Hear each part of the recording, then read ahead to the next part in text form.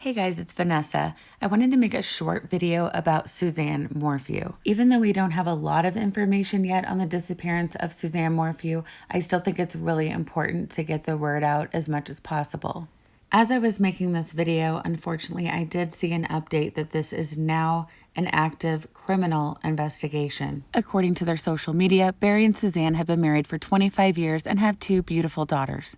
It appears that they moved to Colorado from Indiana about 2 years ago. According to her husband Barry's social media, he's a business owner as well as a wildland firefighter for Chaffee County. According to the Chaffee County Sheriff's Office, 49-year-old Suzanne Morphew left her home on Sunday, May 10th for a bike ride just within, from what I can tell, a mile of her home near the intersection of Highway 50 and County Road 225 in Maysville, Colorado. Maysville is a tiny mountain town that is about 12 miles west of Salida, Colorado, and has a population of less than 150 people. The sheriff says that they received a call from one of Suzanne's neighbors at 5:45 p.m. that Suzanne had not returned from her bike ride. The search began immediately, and search efforts have continued every day since.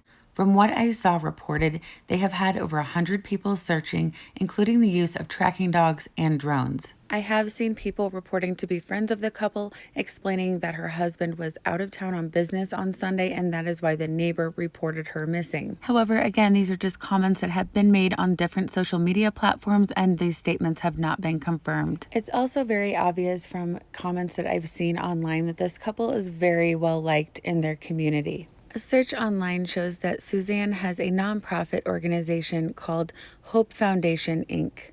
It's described as a Christian organization founded to help kids in need globally. The sheriff's office will not comment on whether or not Suzanne had her cell phone, whether or not her bike was found, and whether or not her husband is being cooperative in the active investigation. Of course, as always, anytime there's a case like this, there's so much speculation online. It's hard to tell what's true and what's not.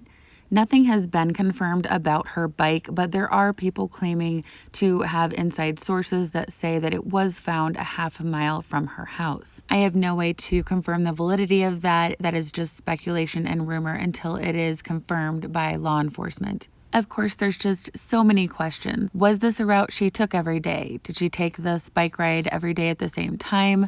Was it a route that is predictable and she just crossed someone's path, or could have possibly been watched? Of course, we don't know if anything suspicious had been recently seen in the area. As far as the neighbors concerned, there's of course a lot of people asking questions about that piece of it.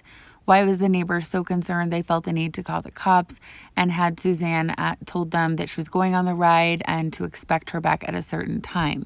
Being that this was Mother's Day, one would wonder, what had she done earlier in the day? Had she been with family? Were her daughters home at the time? I think that part of the reason this case is getting so much attention is that this does seem like an absolutely beautiful, perfect family. And from what I could pull from online, Suzanne seems like an absolutely wonderful person. Of course, we're all fully aware that investigators cannot do anything to compromise an active, ongoing investigation. However, I did see a lot of people commenting today that they did think it was time for a press conference for them to update the public if there is a danger. There are some campgrounds nearby, so it's also a question of whether a transient was passing through and she was just in the wrong place at the wrong time. So a lot of questions, and obviously a lot of people understandably concerned about what has occurred. There is a $100,000 reward being put up for anyone who has information on Suzanne's disappearance. So obviously this has to be a horrific time for Suzanne's friends and family.